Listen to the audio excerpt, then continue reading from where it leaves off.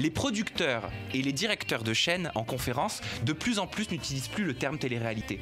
Quand ils présentent leur programme, ils disent série réalité, feuilleton réalité, comme si c'était un petit peu plus assumé que c'était moins réel, mais pas tout à fait, tu vois, en même temps. Un éclair de génie, tous les mercredis, de 22h à 23h30.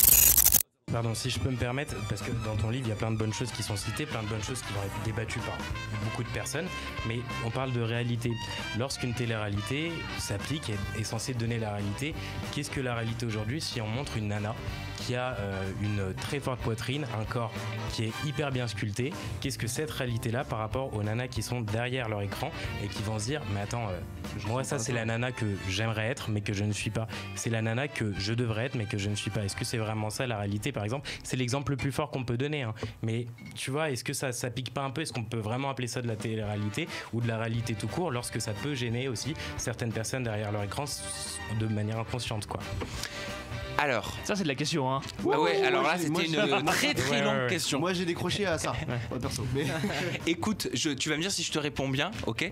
Mais pour moi, on dit tout le temps la télé-réalité, ce n'est pas de la réalité, et c'est vrai, ça l'est malheureusement de moins en moins. Mais qu'est-ce qui est la réalité au final aujourd'hui? Les réseaux sociaux, est-ce qu'ils nous poussent pas en premier? Est-ce qu'ils prennent pas être la réalité? Instagram, Snapchat, tu vois, Twitter. C'est la même chose. Hein. Au final, au travers des filtres, au travers de ce qu'on peut montrer et ce qu'on maîtrise, ce qu'on va montrer, est-ce que tu penses vraiment que ceux qui utilisent au quotidien les réseaux sociaux montrent leur réalité? Non, c'est évident. C'est une forme de télé-réalité. Enfin, c'est un réseau social. Mais ça n'en découle pas justement? Est-ce que le fait qu'il y ait ça sur les réseaux sociaux, ça n'en découle pas de la télé-réalité qu'on nous impose depuis des années? Mais alors, la télé-réalité, moi je me suis aperçu d'une chose en conférence de presse, peut-être que tu t'en es rendu compte aussi Maxime, peut-être vous aussi. Les producteurs et les directeurs de chaînes en conférence de plus en plus n'utilisent plus le terme télé-réalité. Quand ils présentent leur programme, ils disent série réalité, feuilleton réalité, comme si c'était un petit peu plus assumé que c'était moins réel, mais pas tout à fait, tu vois, en même temps.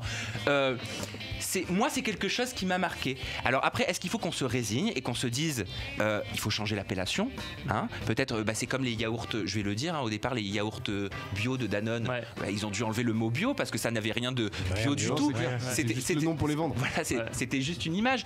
Donc peut-être faut-il changer le nom de la télé-réalité, je sais pas. Ou alors est-ce qu'il faut, en fonction de la demande, changer la mécanique d'écriture de la télé-réalité, et on pourra jamais revenir à des candidats télé-réalité qui sont totalement naïfs. Ça, faut arrêter, c'est une illusion. C'est plus possible. Par contre, est-ce que ça ferait de moins bonnes images que de laisser les candidats vivre plus leur vie? Est-ce que ça ferait de moins bonnes images que d'injecter des thématiques de société? Est-ce que ça ferait des moins belles images et moins d'audience que d'avoir plus de diversité dans la télé-réalité? Parce que j'en parle, j'ai tout un chapitre sur la diversité dans mon livre où je me suis amusé à faire des calculs et je me suis rendu compte qu'il y avait en fait très peu de diversité dans la télé-réalité et que notre société était très peu représentée. Je vais te dire cash, hein, où sont les candidats noirs?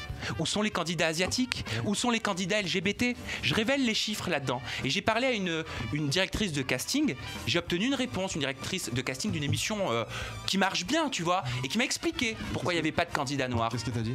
Ah bah faudra que tu lises. Il faut le lire. Il faudra que tu lises. On en saura peut-être davantage dans quelques instants. Pour devenir qui je suis, Sam Zera, aux éditions HarperCollins. La nuit, il vous illumine. Un éclair de génie, tous les mercredis, de 22h à 23h30.